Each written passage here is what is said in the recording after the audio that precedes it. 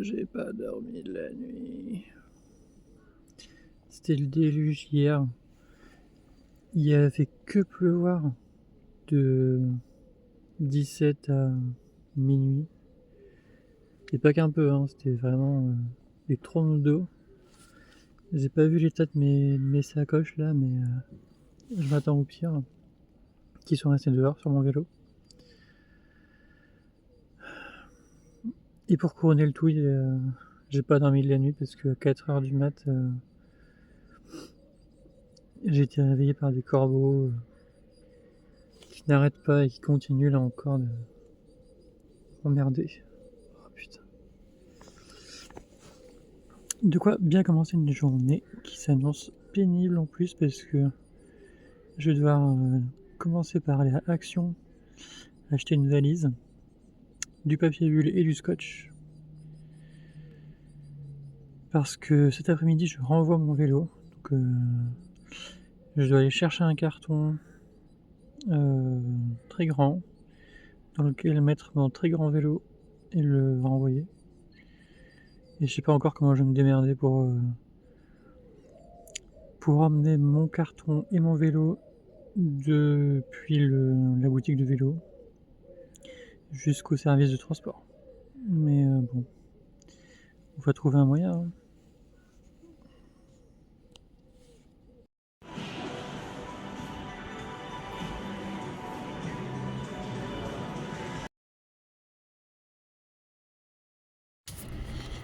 Ça y est, j'ai ma valise, mon papier bulle et mon scotch.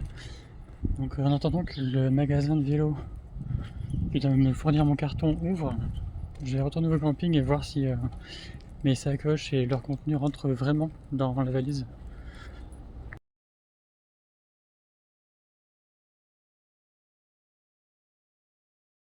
J'ai peut-être fait une connerie.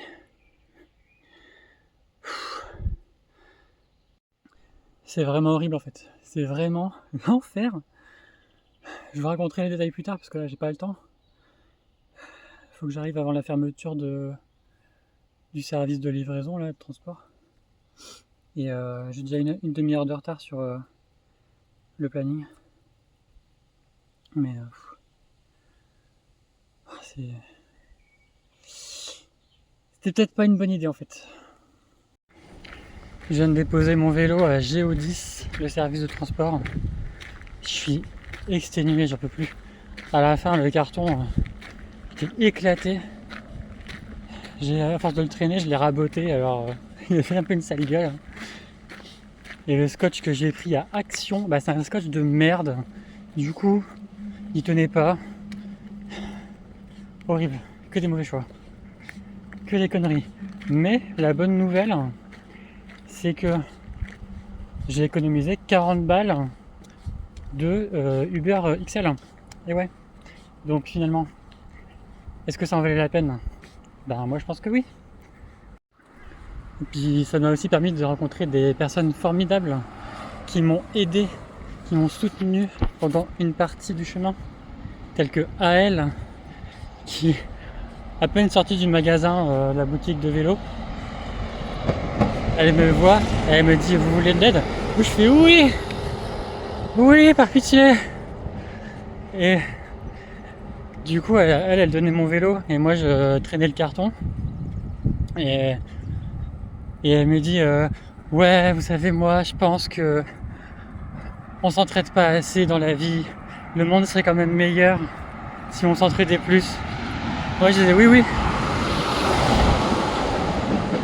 vous avez raison, entraidez-moi autant que vous voulez. Et voilà, du coup c'était quand même un peu plus supportable avec l'aide de quelqu'un. Bon, elle a pas fait tout le chemin bien sûr, mais après c'était après j'ai traversé plusieurs rues, c'était pas très passant, du coup ça va. J'ai choisi un chemin fait pour les piétons. Le problème c'est que le chemin fait pour les piétons il passait par un bois. Et dans le bois, comme vous le savez, hier il pleuvait à fond. Et du coup la terre était encore humide, il y avait des flaques. Et à un moment je vois un gars qui on se croisait, il est dans le sens inverse de moi. Et je lui dis excusez-moi, est-ce qu'il y a beaucoup de flaques sur la suite du chemin? Et il me dit pardon, je parle pas français. Du coup, je demande en anglais. Et il me dit non, juste là devant moi quoi.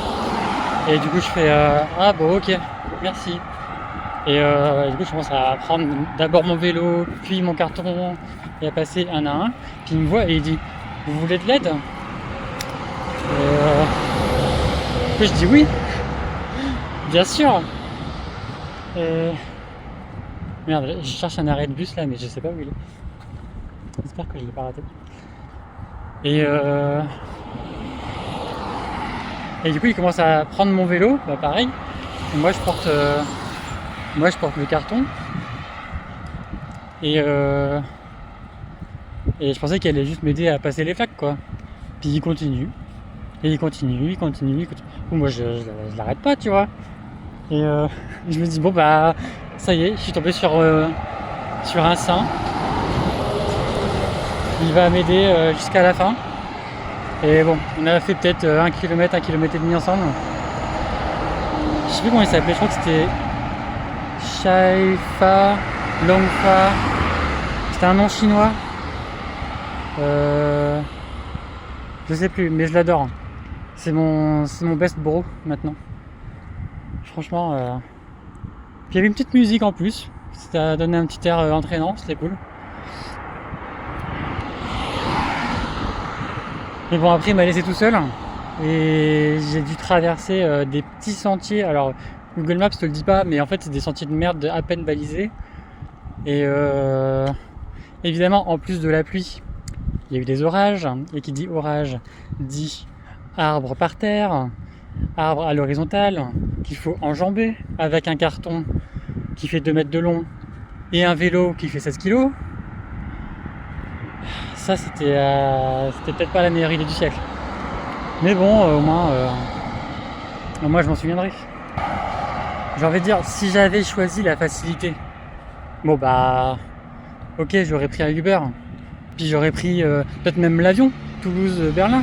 Enfin, voilà. Mais au moins j'ai vécu une petite aventure. Et c'est finalement ça qu'on retiendra, je pense. Ça et que je suis un petit con. Mais ça on le savait déjà.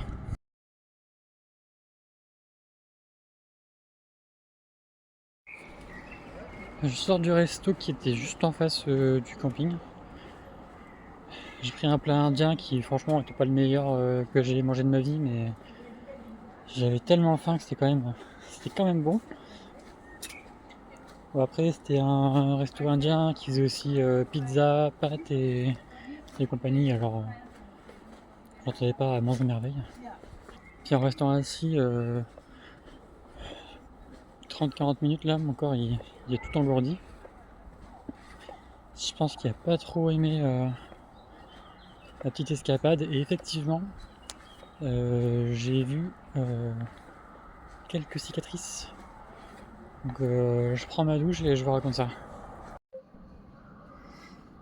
Bon, je voulais prendre ma douche en fait, mais j'ai entrepris d'abord de ranger mes valises et de vider ma bonbonne de gaz qui n'en finit pas. C'est vraiment interminable. Du coup, je vais en profiter pour revenir un peu sur cette journée et ce qui m'est passé par la tête. Parce que je m'imaginais pas que ce serait aussi terrible en fait à la base.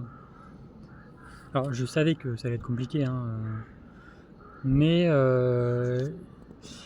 j'ai quand même fait preuve d'ingéniosité dans ma démarche. C'est-à-dire qu'à la base, je me disais bon, j'ai mon carton, j'ai mon vélo, est-ce que j'essaie de rouler en tenant mon carton à bout de bras? Est-ce que j'essaie de mettre le vélo dans le carton et de traîner le carton? Est-ce que j'achète un skate peut-être sur lequel mettre mon carton? Enfin, voilà, il y a plein d'options. Mais juste avant de rentrer dans le magasin, je m'étais fixé sur une idée et en fait je voulais utiliser la roue arrière comme roue de transport en fait. Et du coup mettre mon vélo dans le carton et trouer le fond du carton pour que la roue dépasse et que la roue arrière. Et comme ça, emmener le tout avec une roue. C'est quand même pas déconnant comme idée. Sauf qu'en pratique, en pratique ça marchait pas parce que la roue elle frottait sur le carton, puis j'avais pas enlevé la chaîne, du coup ça faisait bouger les pédales, puis du coup le papier bulle, ça faisait n'importe quoi. Enfin en fait, bonne idée mais mauvaise exécution. Et au final, je me suis dit bon, j'ai pas trop le temps de réfléchir et de chercher à une autre option là maintenant. Donc ce que j'ai fait c'est que j'ai commencé par les prendre tous les deux séparément. Il y a une énorme bestiole qui vole autour de moi là, ça m'inquiète un peu. Ok c'est bon, elle s'en va, mais elle tourne en rond. Ok c'est bon. Et du coup je commence à partir avec dans une main mon vélo et dans l'autre le carton et à le laisser traîner en sachant pertinemment que ça allait le déglinguer, mais bon, j'espérais qu'il reste quand même dans un état convenable, ce qui a été le cas. À la fin ça allait quand même, mais du coup j'avais mon carton troué et raboté pendant 10 km. Au bout d'un moment je me suis dit tiens, il y a moyen de faire mieux, et j'avais avec moi des sortes de sangles, vous savez les sangles élastiques avec des crochets au bout. J'avais un truc comme ça, donc c'était assez court, donc c'était pas la joie, mais du coup j'avais mis en mode bandoulière et j'avais une sorte de gros sac en bandoulière de 2 mètres de long. Je pense que si j'avais marqué Balenciaga dessus, ça aurait fait fureur, mais j'avais pas de feutre avec moi. Et du coup, ça faisait moins mal au bras, parce que du coup ça tendait par-dessus mon épaule. Ça faisait moins mal au bras, mais ça faisait très mal à l'épaule. Et c'était quand même le moindre mal, on va dire. Sauf que du coup, ça faisait mal à l'épaule, et je me suis dit, tiens, mais Maxime, tu portes du papier bulle. Et donc je me suis mis du papier bulle autour de ma sangle élastique. Alors c'était ultra précaire, hein, ça tombait toutes les 20 minutes, je devais le remettre à chaque fois, enfin c'était un peu la galère, mais au moins c'était moins désagréable. Par contre, et c'est là où je disais que je commence à avoir, j'ai des cicatrices, c'est que il y a le carton du coup qui était contre, enfin suspendu à mon épaule et qui tapait tout le temps en fait sur ma hanche, et notamment il y avait le bord du crochet en métal qui tapait dessus. Ça faisait ultra mal, mais bon à la longue je m'y suis fait. Sauf que du coup le résultat c'est ça, un énorme bleu. Donc demain je passerai à la pharmacie pour voir s'il y a des crèmes ou des trucs comme ça pour atténuer le coup. J'ai pas mal, mais bon c'est pas beau quoi. C'est pas très beau, et je pense que si je m'endors sur le côté là ça va pas aller. Mais bon du coup en soi je me suis dit ça le fait quand même. J'avais une méthode ultra précaire, mais on a été le plus intelligent possible dans la bêtise. En tout cas pour ce qui est des affaires, c'est plutôt bien rentré dans mes valises. Alors j'ai ça, puis j'ai aussi mes sacoches que j'ai gardées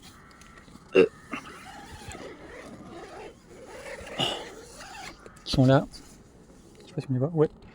C'est deux grosses sacoches avec une anse au milieu.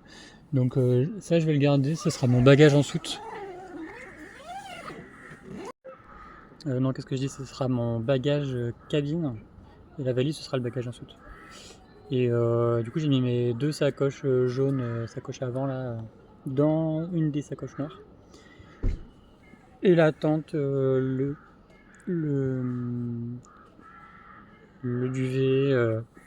Et le matelas, ça finira dans l'autre sacoche avec les quelques merdouilles qui restent. Et j'aurai mon sac à dos. Sac à dos qui, je pense, va me faire un mal de chien sur mon épaule. Épaule avec un coup de soleil en plus, hein, donc ça aide pas. Mais... Enfin, voilà. Là, cette fois-ci, c'est vraiment la fin. Là, je me sens libéré. J'ai plus que ma tente, mais le vélo, ça, c'est un poids en moins, quoi. Et bon, il n'y a plus qu'à croiser les doigts pour que je le récupère en un seul morceau.